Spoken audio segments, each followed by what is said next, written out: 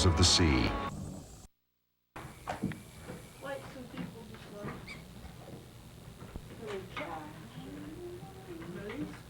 Hello. I got told already. Oh, there's Melissa. Gee, Mom, I'm on TV. Okay, well, let's take it up again where we left off before lunch. And I'd like to talk a little bit more about Arizona's history and folklore.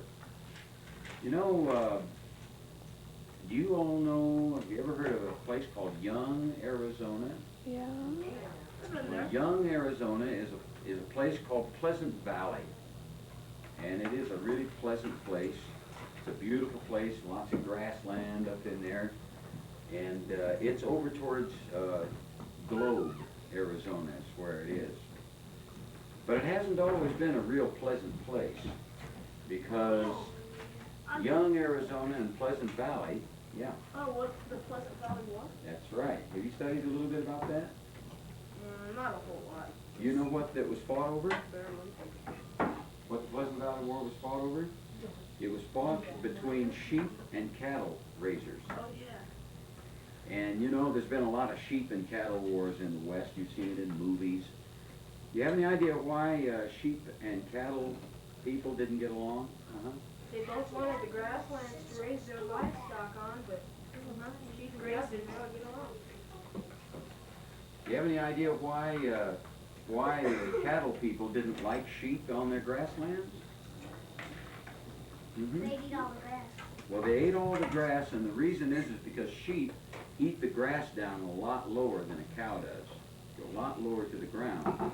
So when the sheep would come through, they'd eat that grass so close to the ground that the cows, when they came through, couldn't get anything to eat. Whereas cattle, when they come through, they kind of munch along, and if some more cattle come along, unless they're overgrazing it, they'll be able to have more grass there for the other cattlemen. So that's what it was, and this was basically, they called it a war, but it was basically two families that lived up in that area called the Grahams and the Tewksburys. Oh, Tewksbury. My mom owns the Tewksbury house. Where's that? Right over here. Yeah, behind Oh, my in house. here Right in behind Crown the King? school. Well, you can bet that they're related there, that is a related family. Edward Tewksbury built the house. Ed Tewksbury did? He's mentioned in this next song that I'm going to. Oh, where's my mother? I should go get her. And there were about 75 Tewksburys and Grahams killed in this argument between these two families. And living in a small community like Crown King, you should be able to understand that if there was a big argument in Crown King, it would be pretty hard not to take one side or the other. You know, it would be pretty hard to stay neutral because everybody knows everybody so well that it would be hard to say, well, no, I'm not gonna take a stand on this because your neighbors just, you know, it wouldn't be really the right thing to do. You'd have to take one side or the other. And so the Grahams and the Tewksburys really split up the people, all the people that lived in Pleasant Valley, because either the people were on the Tewksbury side or on the Graham side. But you know, it wasn't just the sheep and cattle that caused this killing and shooting going on over there, because long before this happened, the Grahams and the Tewksburys never did like each other. In fact is, all the Graham children and all of the Tewksbury's children went to school in a one-room schoolhouse, just like you kids do. And in history, in the marriage licenses, there was never a Graham to marry a Tewksbury, and there was never a Tewksbury to marry a Graham, which means that the families just didn't get along, and they didn't want to intermarry between the families. So this is, without a doubt, one of the most violent, one of the most vicious sheep and cattle wars that the West has ever seen. And yet Hollywood has never made a movie about it. Because really, like I said earlier this morning, our cattle industry in Arizona got a little later start than Texas and Oklahoma and those areas. And so most of the cattle stories and the sheep and cattle wars that are known through Hollywood were the ones that were fought in places where there was more visibility. So this is a song, it's called The Ballad of the Pleasant Valley War, and it is a fight between the Grahams and the Tewksbury's.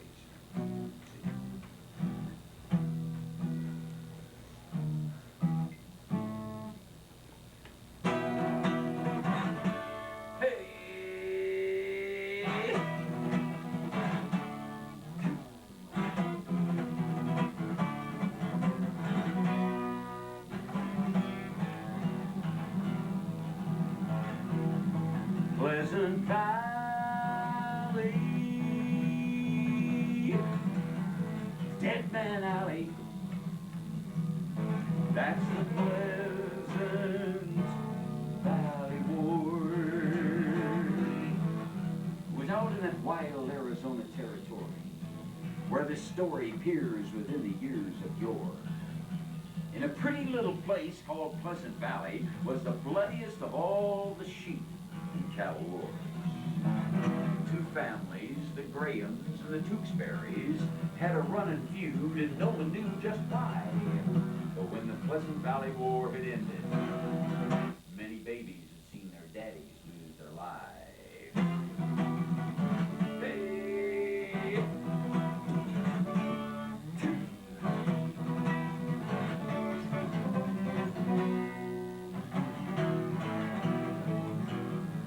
On a February morn in '87, down the slope so steep in the Muggione rim, drove a band of sheep with tiny bells a-ringing into that valley where sheep were so forbidden.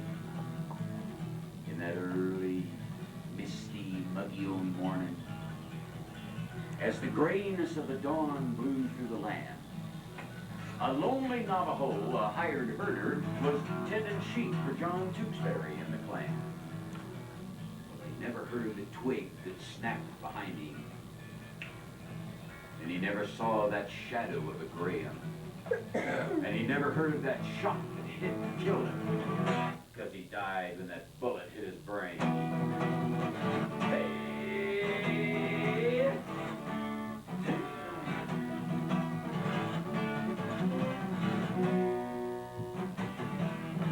Well, the next to die, some say in retaliation, was young Billy Graham in the autumn of that year, in August of that year. He was rounding up some strays down along Pine Creek, or something about the brand upon the steer. Now, old Mark Blevins was the next to bite the dust. Someone killed old Mark, left him laying dead. When he never came back home, his boys went looking. Well, they found his body, but they never found his head.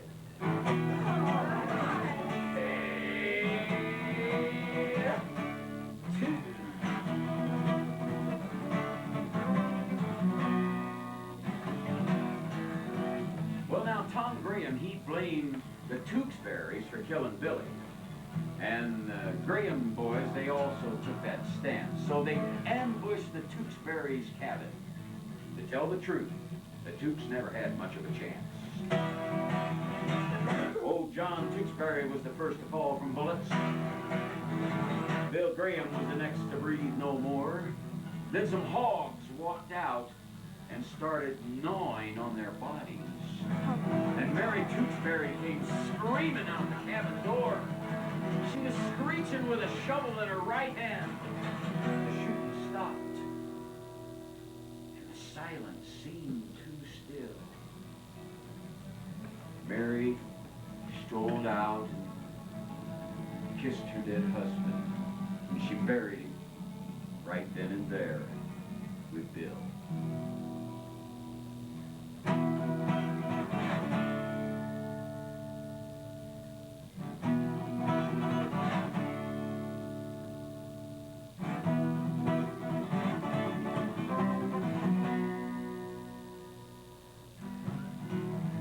Well, I told you this was a bloody little battle. And I'm not making it up. This story's true. You see, when it comes right down to shooting folks and killing, why, there just ain't no pretty pictures there of you. Now let me tell you about soft-talking hoss Jim Roberts. Of all the guns, his one was feared the most. Some of Graham's boys, with lots of noise, came burning down his house and ran off with his prize and favorite horse. Now his horse to take was a big mistake for Tom Graham and his sons, because Uncle Jim, he didn't like that real well. He tracked them down. When they were found, he emptied out his gun. Never even bothered to tell his wife about the spell. Yeah, soft-talking hoss Jim Roberts knew how to kill. Well, time went by, many died, the feud just dwindled on. So Tom Graham called it quits and moved to town. And he was bushwhacked by his farm out by Twin Buttes. He was bushwhacked by two men who cut him down. That was Ed Tewksbury and John Rhodes. That's no relation to the Rhodes that lives here now. Well, once again, there's peace in Pleasant Valley. No killing, no bloodshed, no war.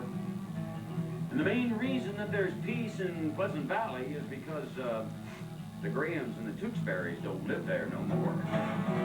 Yeah, the only shots you'll hear in Pleasant Valley are the ones in Young that they're pouring down at the store.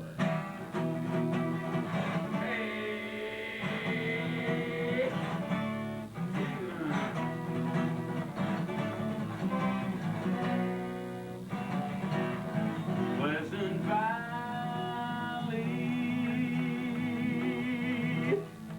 Dead Man Alley, that's the Pleasant Valley Ward.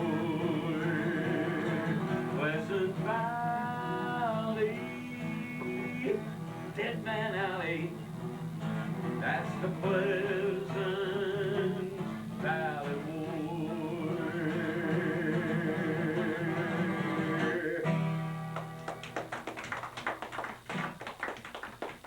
Well, that's kind of a gory song.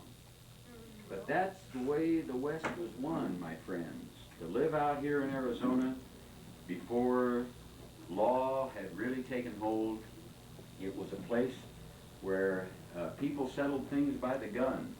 And sometimes when we live here today, we live in peacefulness with our neighbors, and we just forget how easy it would have been killed or shot when we lived in Arizona before the time that the law came in. So that's why it's important that we have law and order in our society today, because those things are not supposed to happen anymore. When they do happen, there's a good, strong law of our land to make sure that not too many people get overly angry and kill each other all the time. The Sheep and Cattle War. And that's exactly the way it happened. That song is absolutely historically correct. And like it says in the song, it's not particularly a pretty picture. That's the way Arizona was won. The Sheep and Cattle Wars of Arizona between the Grahams and the Tewksburys. Really violent thing that happened, and you can read it in your history books. It happened just that way. I'd also, let's see, next I'd like to do, where's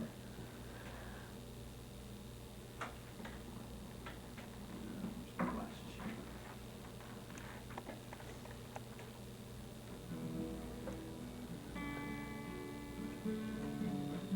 Well, talking about the sheep and cattle, and the sheep eating the grass down so low, and cattle overgrazing and that sort of thing, I think we ought to maybe talk about the environment of our state. Have you had some environmental studies about Arizona, its plants and its animals? A little bit. I'm half-time with the Arizona Game and Fish Department. Yes, Sometimes we have to do research about animals or our wildlife for Arizona. Mm-hmm. Well, Arizona has some very, very unique animals and very, very unique plants. The saguaro, for instance, you know, that you see growing down there in the desert. Yeah. Those are very unique, and they grow no place in the world except in the Sonoran Desert. That's the name of the desert down there. And the saguaro, not only is it unique and grows only in the Sonoran Desert, it only grows really on the south side of the mountains. And you'll notice sometimes when you see a south side of the mountain, boy, there'll be just lots of saguaros on the side of that hill. You go on the north side, and it I won't know, be. they just kind of, just like, someone drew a line here, so it's swirled That's over there right. and none over there. That's right. And that's because of the amount of sunlight and the amount of warmth that they get. In the summertime, in the wintertime, and on the south side of the mountains, they get more warmth. A saguaro will not grow any place where it has been freezing weather for over 24 hours. And they grow up to 3,600 feet elevation. And yeah, when you go up the side of, like if you're going up to Flagstaff, notice sometimes when you're going up the hill to Flagstaff and you're going up towards Sunset Point, you'll see the saguaros growing. And you'll come up and all of a sudden, like you say, it's just like if somebody drew a line and there's no more saguaros. And that's because that's 3,600 feet elevation, and they do not grow past that, generally speaking. And the reason being is because when they get up that high, it starts to get cold. Yeah. And it will freeze up there. So Arizona has unique plants and animals to it, and being with the Arizona Game and Fish Department, I'd like to make you aware of a program called Project Wild. Are you familiar with Project Wild? No, I'm not. Project Wild is a wonderful program that Arizona Game and Fish has together, and it's a workbook that teachers can go to this seminar, and it teaches teachers how to teach about plants and animals of the state of Arizona. And it's a wonderful seminar, and sometimes if you have time to go to it, it would be really well worth your while to do so. I've been to a lot of different ones. John Denver is the spokesman for this nationally, and you know, and part of Project Wild, for instance, they have one thing called the power of a song. The power of a song. I'm standing here before you today, and I could have not had my guitar and just told you about the Pleasant Valley War. But I think that when I sing about the Pleasant Valley War, and I use the expressions on my face, and loudness and softness in my voice, and do a little bit of acting with it, that I can help bring to life for you what the Pleasant Valley War was like. The only thing I was missing was a few sound effects. That would have been nice to help. But there's great power in songs, and people can remember things in songs. That's why when you watch television, you'll notice there's more and more singing commercials now. Yeah. Gonna run for the border. You know, what's that? Taco Bell. Taco Bell. Power of a song. They could have had a guy stand up and say, "Now Taco Bell really makes good tacos, and we wish you'd come in and buy our tacos." But because they put this song together and play it over and over and over again, you say, "Run for the border," and then you know there's Taco Bell. How about I don't know the words to it, but about something in my neighborhood. Oh, God. Who is that? Mr. Rogers' Neighborhood. Okay, it's Mr. Rogers. So what is it? Something in my neighborhood? I don't know what it is. But you see, when you hear that, you know exactly that that's the Mr. Rogers show. There's great power in song. No, in instantly you're on teaching. Channel 8, too. Yeah. And I understand you're going to be writing a play about Christmas. Is that right? Yes. And, you know, Arizona has celebrated Christmas in its own unique way for a long time before people moved out here from other places. And down in the deserts, Hispanic people celebrated Christmas in a different way, and our Indian people, and just living in the desert, we didn't have any Christmas trees down there. You swallows. That's right. That's right. You ever seen them decorate the saguaros down there? No. Yeah, they do. They put Christmas lights all around the saguaros outside of them. Yeah, like I've seen that houses. Yeah. And they also, Chandler, Arizona makes a big tumbleweed snowman. Oh yeah. Great big, they take tumbleweeds. And then they take spray paint and they spray paint them and they have a big tumbleweed snowman in their park out there. So there's all kinds of different ways that we celebrate Christmas.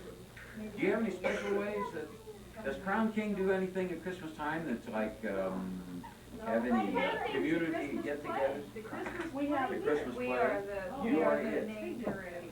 Oh, that's tree wonderful. decorating at the saloon. The tree decorating. Santa Claus comes here and. Yeah, and just with Santa Claus. Well, we went. Unfortunately, we don't have a stove, so he has to be So what? No, it never snows, so it Oh. We'll have to have him dragging in on a horse this year. Yeah. Fire truck, right? That's called a capo. Oh, yeah. That's to help. Well, what that does is it shortens the neck. It makes it so that you can play here.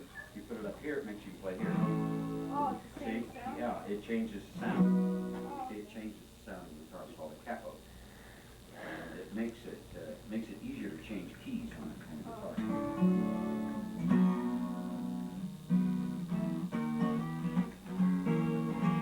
I wrote a song about Christmas time I'd like to sing for you, and I haven't done it since last Christmas. I should have rehearsed it on the way up here, so I can remember it. If I had, I'd been singing cactus and Christmas trees. It's called Arizona Christmas, and it's built around the many ways that we celebrate Christmas in Arizona. Cactus and Christmas trees, palms in the evening breeze. That's Arizona at Christmas. Wild desert mistletoe, rum made in Mexico.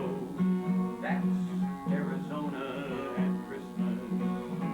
The beautiful red Christmas cholla, a big bow on a papagoya.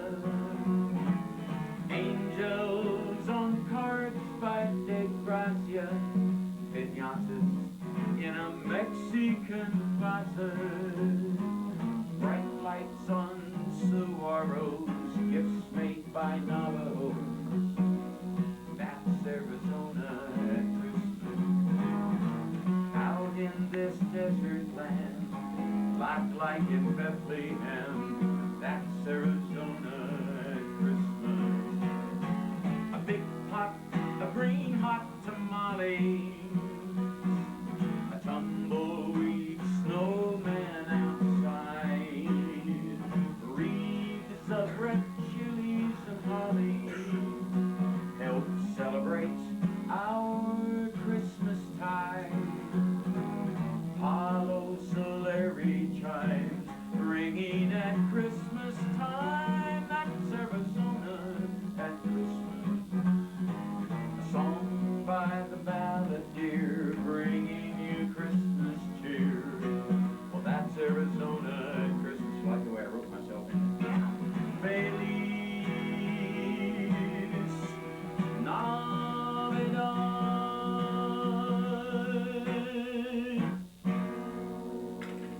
We have so many ways that we celebrate Christmas in Arizona.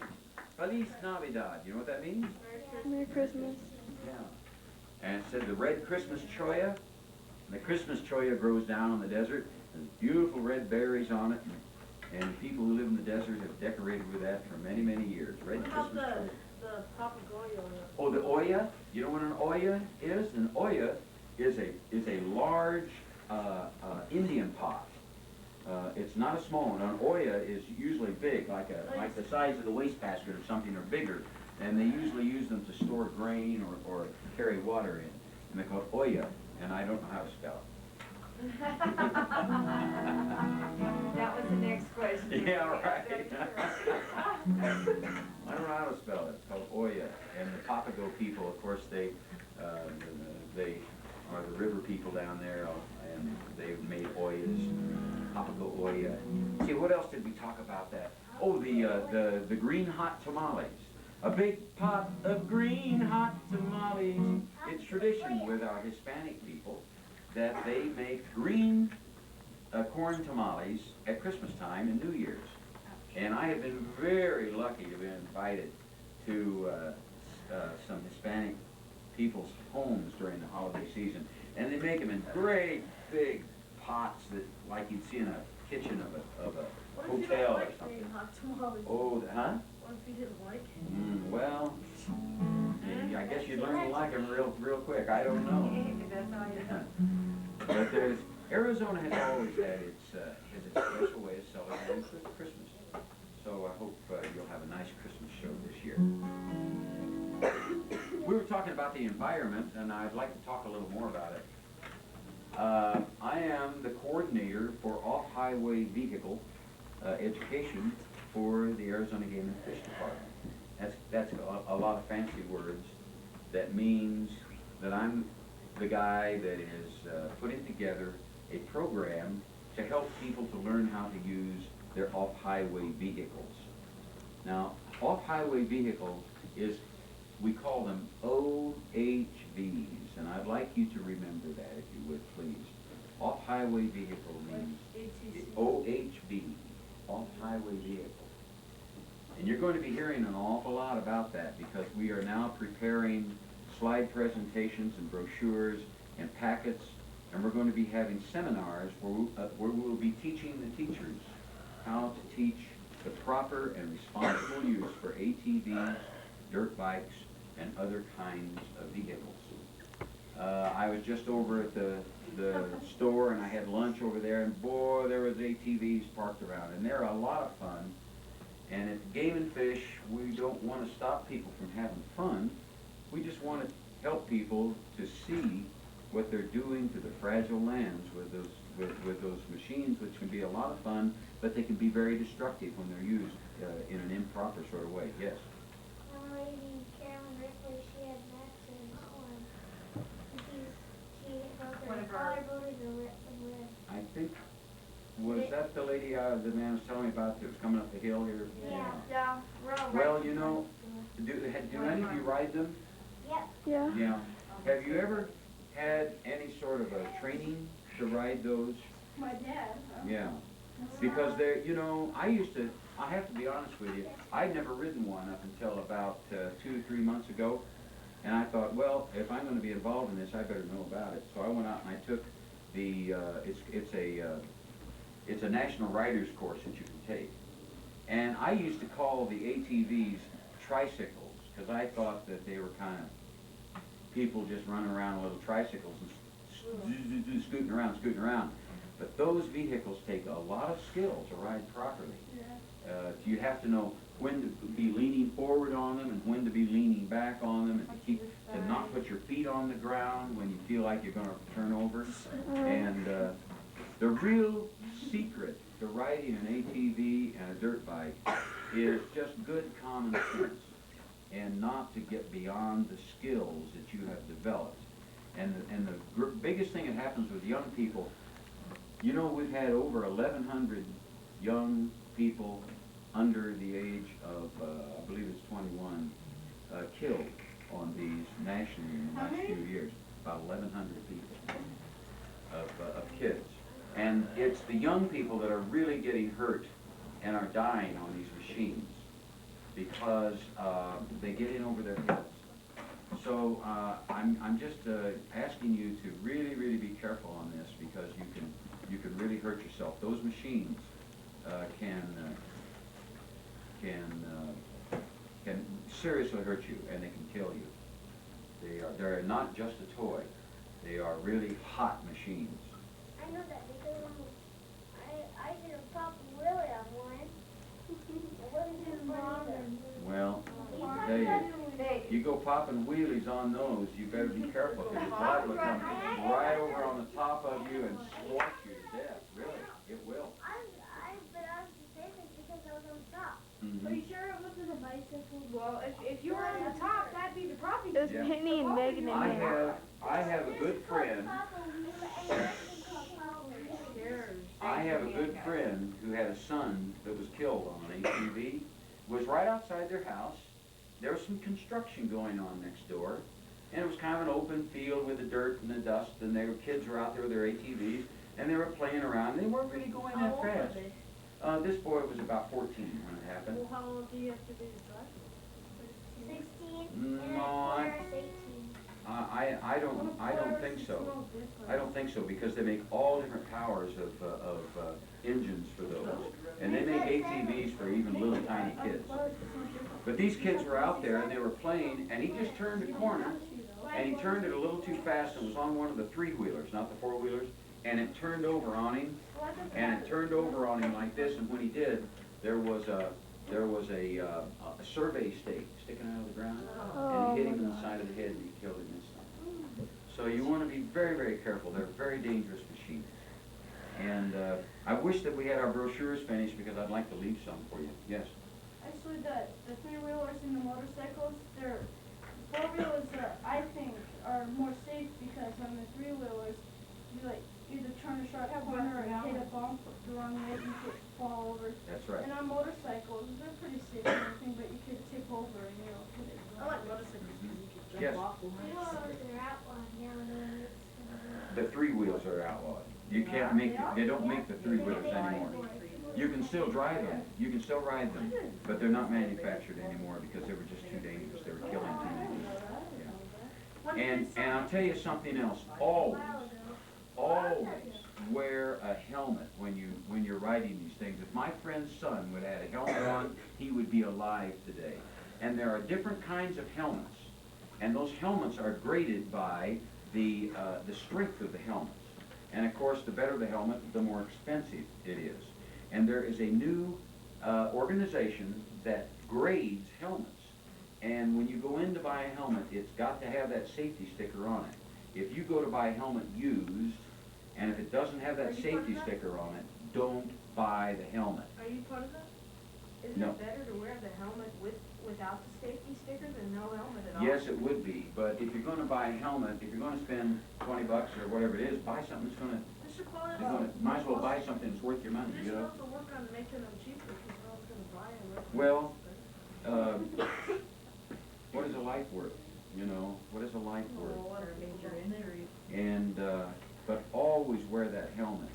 And there's also, and you know, and the helmets you said on price. That's a good thought, because if you're just a weekend riding around, then you need one grade helmet. It doesn't have to be that great. It just be a good helmet. But if you're a racer or something like that, then you buy really expensive helmets where, you know, I guess they're almost bulletproof. They're so good, you know. So there's all sorts of grades of helmets, but you will not find a new helmet for sale that is not safe. You won't find it because they have to be safe or they won't be sold. It's the used ones that you want to be careful about. When you go to buy somebody who's outgrown their helmet, make sure that the safety sticker is in that helmet. If it isn't, spend your money on one that has a safety sticker on it. So anyway, that's about it about the environment. I have written a song, though, about the Muggy-owned monster.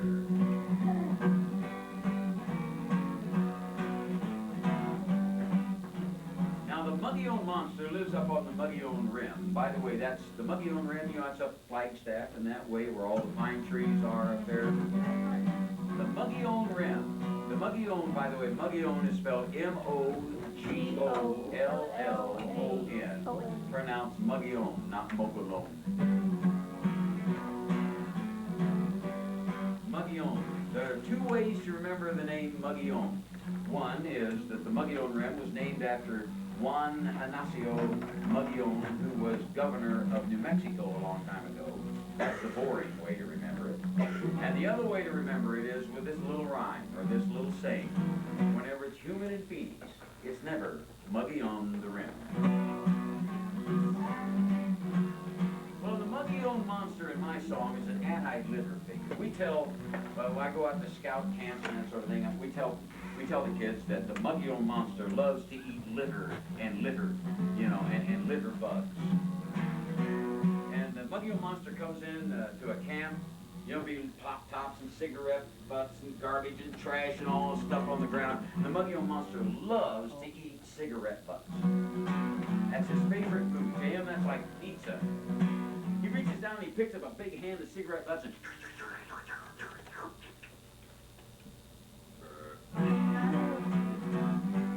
then he sees a litter bug sleeping in a sleeping bag, and he picks up the sleeping bag.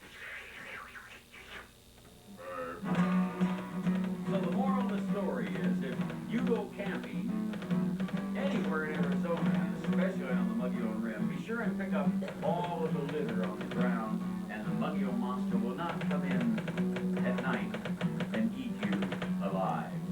I teach from a premise of fear.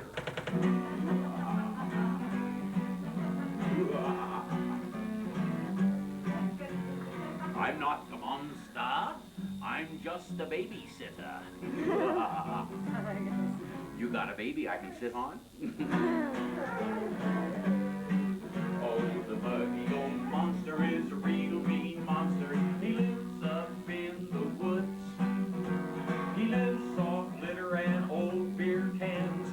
Cigarette butt salad stays. Mighty good. If you go camping in the woolly wilds, don't you throw nothing on the ground. The Muggy-O monster can smell it for miles. He'll come rooting around.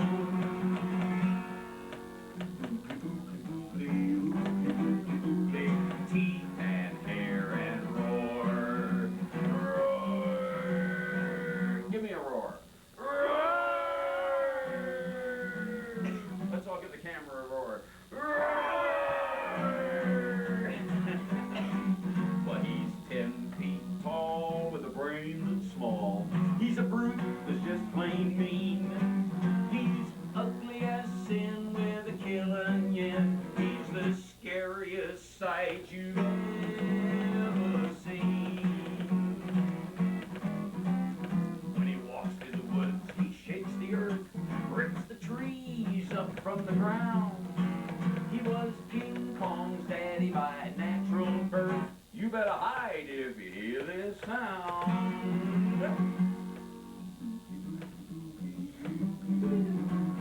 Teeth and hair and roar. Give me another roar. Roar.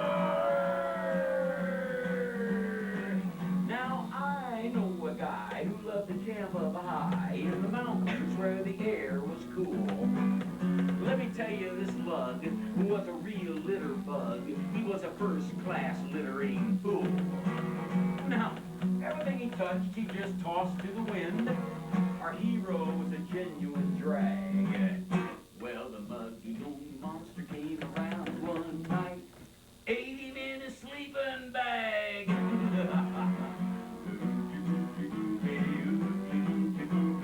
Teeth and hair and roar. Give me another one. Roar. Now, here is the moral to the story. If you go camping in the great outdoors, don't you make the same mistake. If you see some litter, even though it's not yours, why, pick it up, for goodness sake. 'Cause the Muggy-O monster might be hanging round beyond your campfire lights. You might wake up dead in the middle of your bed from a Muggy-O monster bite. Chomp, chomp. Doogly boogly boogly, oogly boogly boogly. Teeth and hair and give me one. Roar! Okay, the Muggy-O monster. Well, I tell you, we're going to have this at 3 o'clock. I think I'll do just kind of a little wrap up here, and then I'm going to go in and change my clothes and get ready for that show. Yes, you have a question? What do you got? Like the song said, to pick up all the trash, that is the right thing to do. You bet it is. You bet it's a good thing to do. Yeah. You betcha it is. What? You know, when I was your age, when I was a little boy, we used to go down this road. I remember when I was a kid, and we used to throw everything out the window. We did. Didn't matter when I was little. It just seemed like everybody threw everything out the window, and we didn't think too much about it. And then we got more and more and more people living here, and now it's just something we can't do anymore because the land will just become a garbage dump if we do that. Yeah. Well, it's not that important. When I was like really little and we were riding down in the car, I threw my can out the window and No, my mom and dad stopped the car and they backed up and they go out and get it. Good for them. Good for them. Love that. Yes. See, this is my glitter camera, which you used to, if like you want her food, you used to stuff it under behind the couch or under the couch cushions of the bread. Because they don't want to eat it, you mean? All right. Well, I'm going to close it off with this song, and I just want you, I just want to say what a joy it has been to be at your school. This is a real treat for me to be here, and I hope that you've enjoyed my songs, and I hope you learned something today. And I'm going to go change my clothes, and I'm going to do more of a formal show in there with a sound system, and I'm going to get on some performing clothes. So thank you very much for having me to your school. I really have enjoyed it. How long will the show be? It'll be about an hour. There'll be slides and Yeah, you'll do a whole presentation. Are you gonna sing? of course. Wouldn't be a show if you didn't sing. Just a little itty bitty USA. Just a microscopic view of the old red, white, and blue. God bless Amerizona, our little itty bitty USA. Oh, God bless Amerizona, a little itty bitty USA. Amerizona. That's a word I made up because, you know, Arizona has so many different kinds of plants, animals, and so many different kinds of scenery that it really is like just a little bit of all of the United States of America here. Why, we have grasslands, we have alpine meadows, and we have timber, we have wet canyons, we have deserts, and we'll even have an ocean one day as soon as California cracks off. Well, every state has its faults.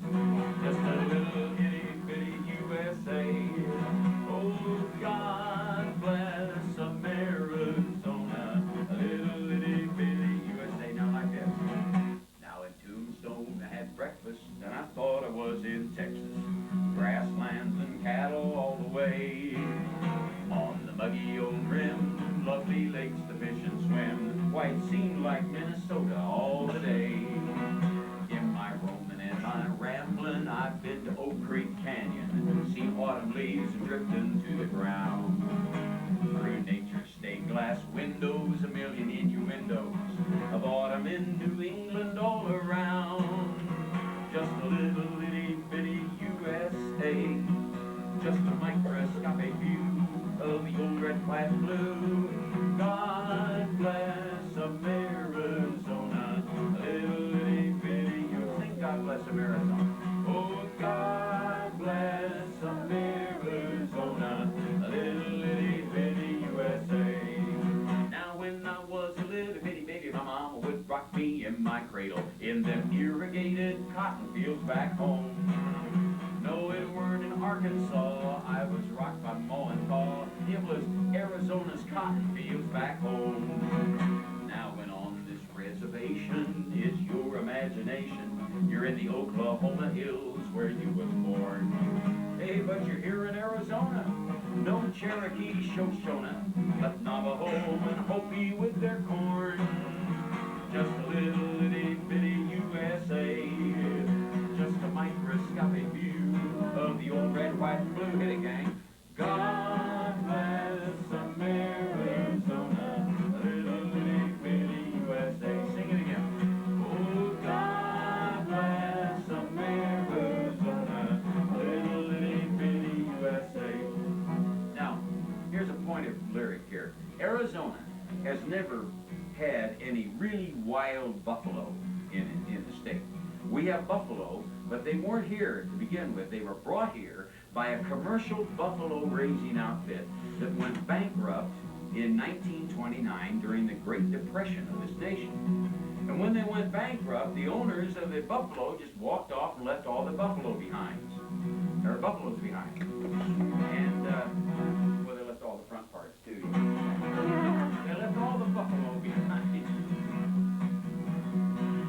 So, thanks to the Arizona Game and Fish Department, They have taken over those herds of buffalo, given them tender loving care, and we now have wonderful herds of buffalo in Arizona. We've given up my flight set. We've given a home where the buffalo roam. Thanks to our fishing game, you'll stand so amazed on the spot where they graze. It seems like a broad Kansas plain.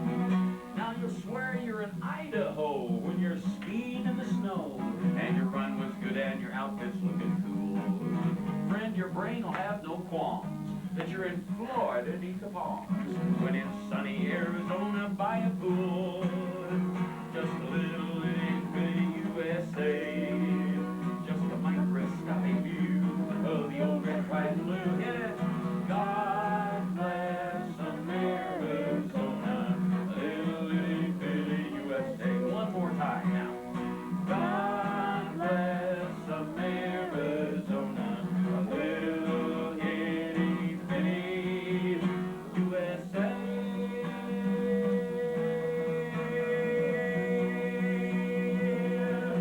Ole!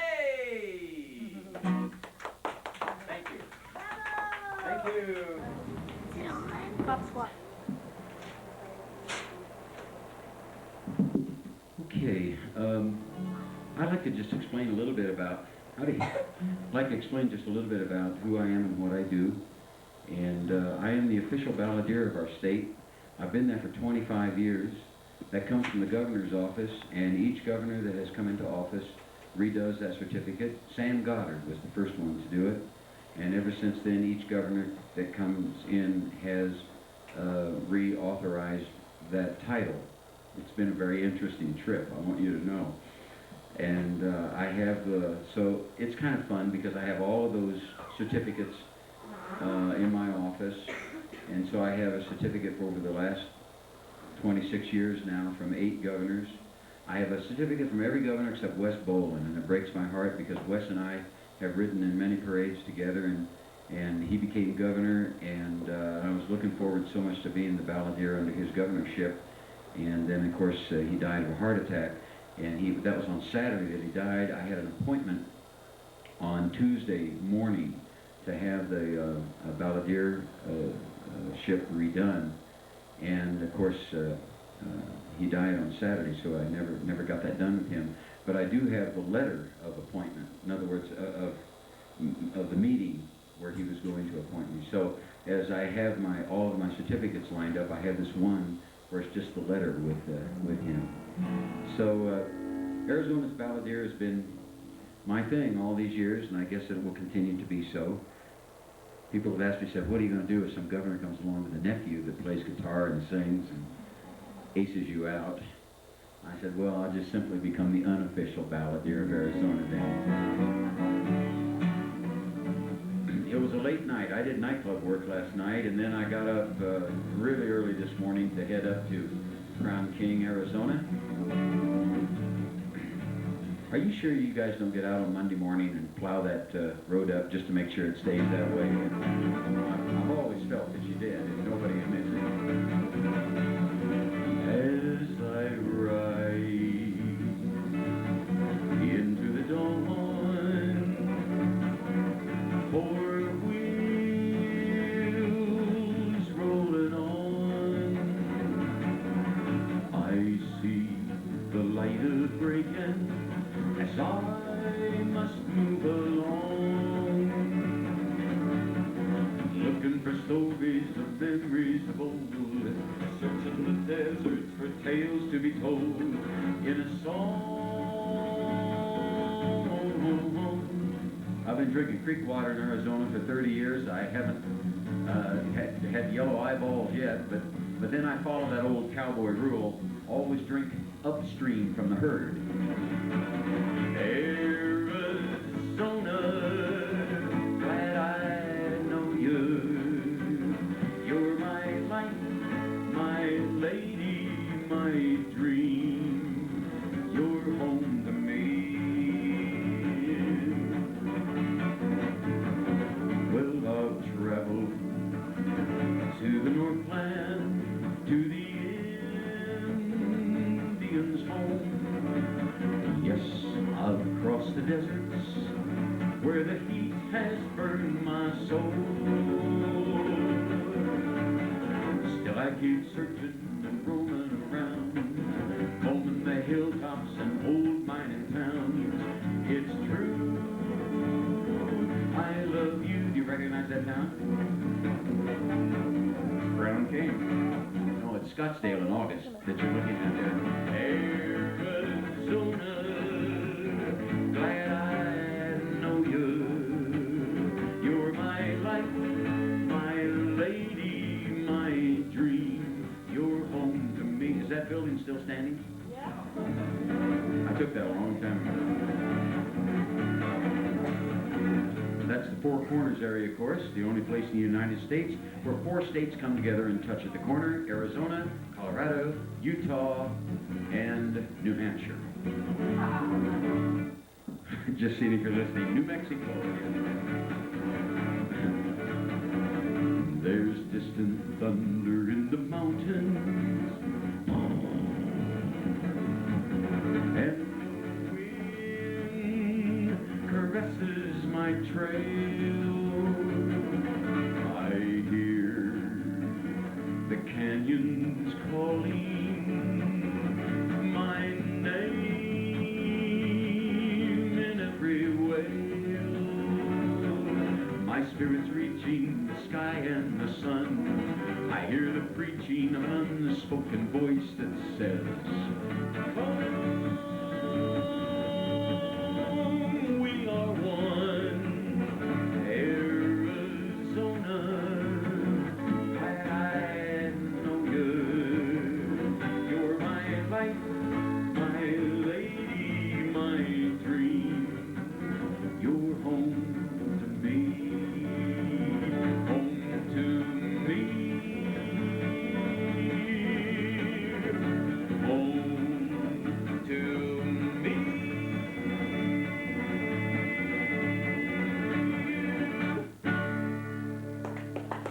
Okay.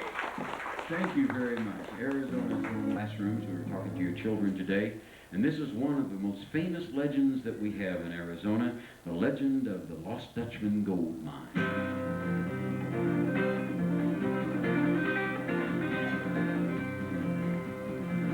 A song about a fellow that was out there looking for the Lost Dutchman gold mine.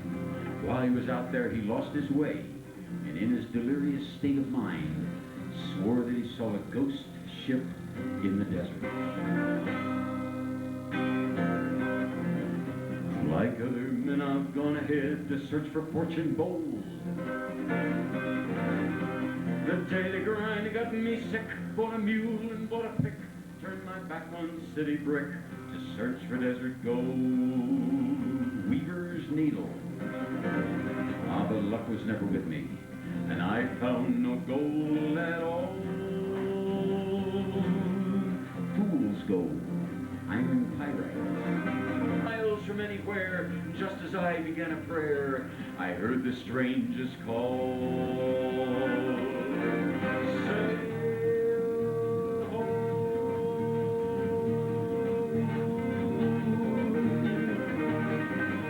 Sail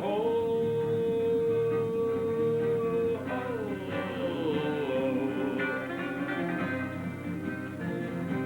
And there upon the barren waste beneath the blazing sun, I saw an old man all alone, lying there all skin and bone. Some water, please, I heard him moan. Ah, but water I had none. He said, my partner died last night, and he used to sail the sea.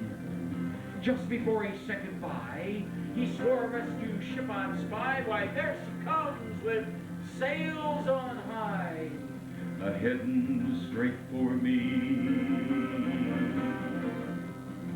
Now look, old man, there's no ship there. Why, there's no ship there, I said. There's nothing there but dust and ground and rock and cactus all around. Well, the old man never made a sound. I knew he was dead. I buried him fight is hard without a single tear. The Lord knows that I would have cried, but I was all dried up inside. And when I thought of how he'd died, I felt an icy fear. At least I don't talk to it.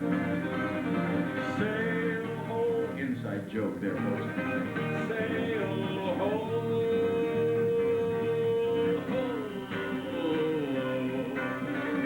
We had a lot of rain this year, and we had a beautiful desert down, springtime down there on the desert. I bet it was pretty up here too. This is a song of springtime in Arizona I'd like to do for you now. It's a song of spring that my heart does sing, and I'd like to teach it to you. Of course, many of us understand what I mean when I sing.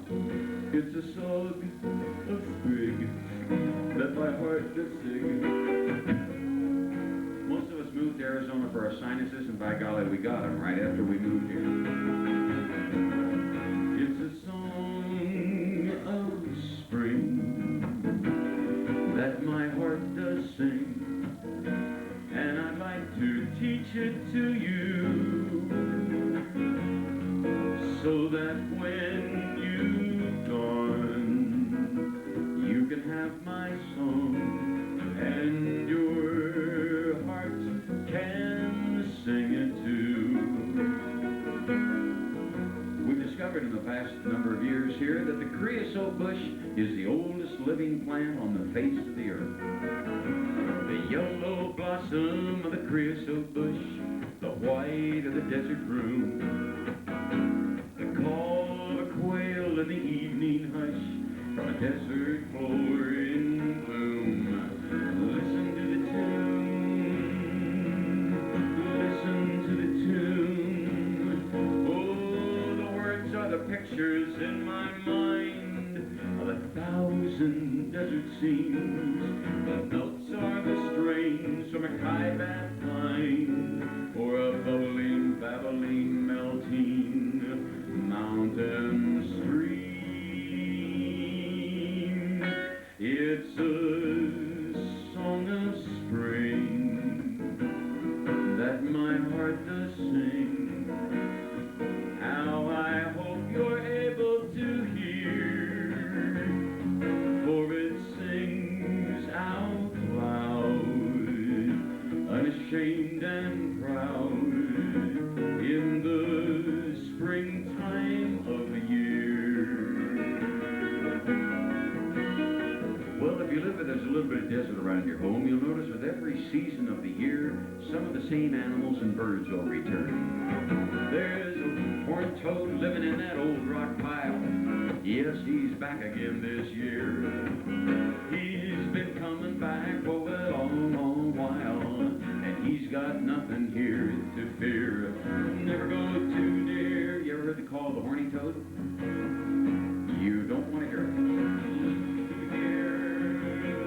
Oh, Miss Halliburty, she shows herself like a lady looks in love, and from her limbs on a sheltered shelf hides a haunting, cooing, calling turtle dove. It's a song of spring that my heart does sing. Won't you sing my symphony too?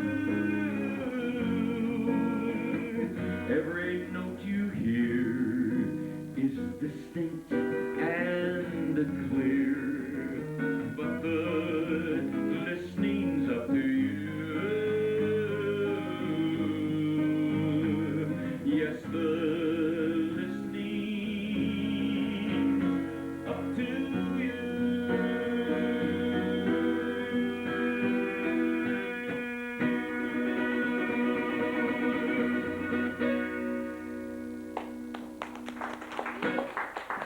Thank you very much. Song of Springtime. By the way, all the photography you've seen is all my own photography, and all the songs that you're hearing I have written. So if you like the show, my name is Dolan Ellis, and I'm the official balladeer.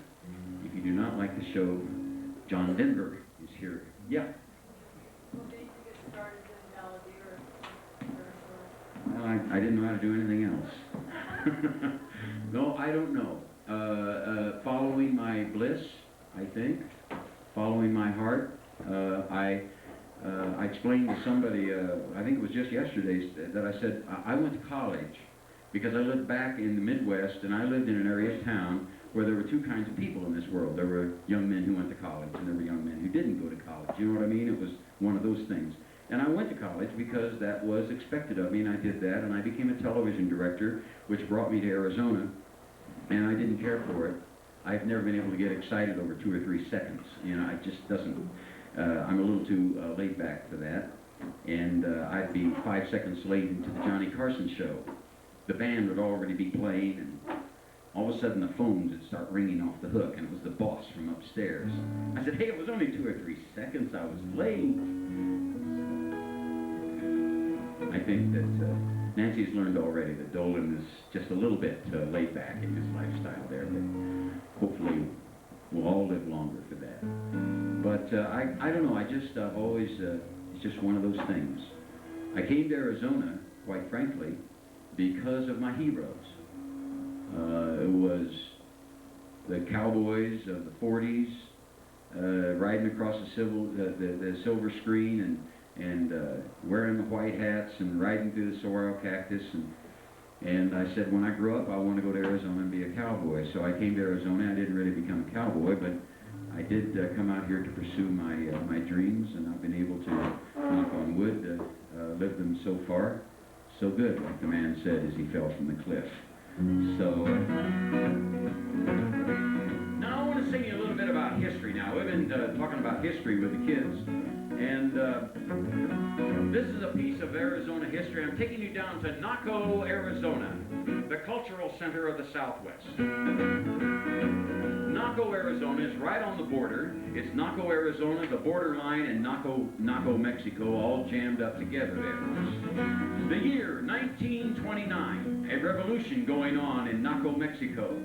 Across the border, just up the road 8 miles, is Bisbee, Arizona. And there in Bisbee was an Irishman by the name of Patrick Murphy. There's Naco, Arizona, 1929, by the way.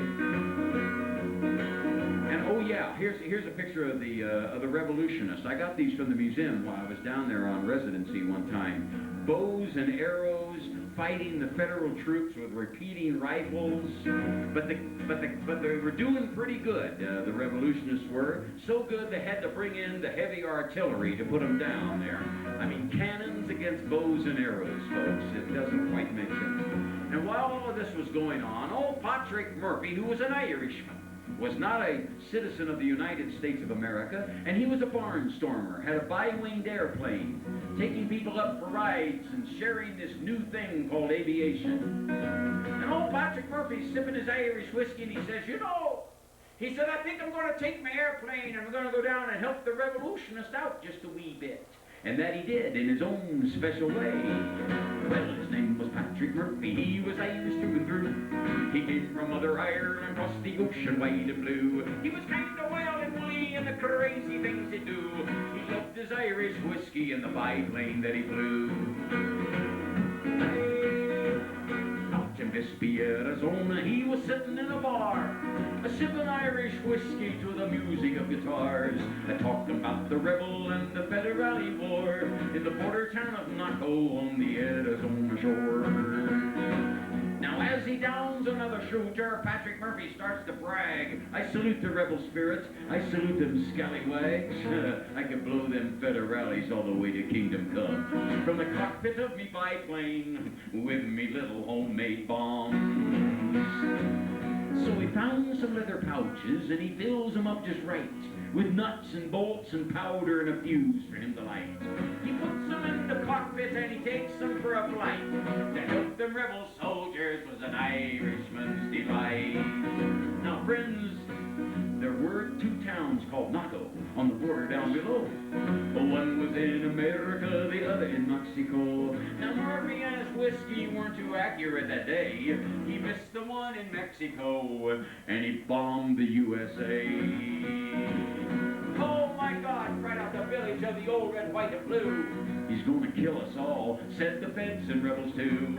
Well, someone shoot him down, it's the only thing to do. A federale shot his plane and Murphy's war was through. He was shot down by a 30-06 deer rifle.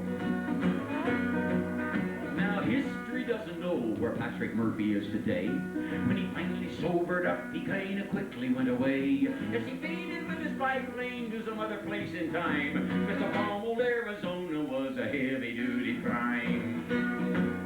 So lads, go tell your fathers and your sisters and your mums the moral of my story that I sung you in me song. That in all the U.S. wars from Valley Forge to Vietnam, 'tis the only time in history the mainland has been bombed. It was the day we all got bombed down in Naco.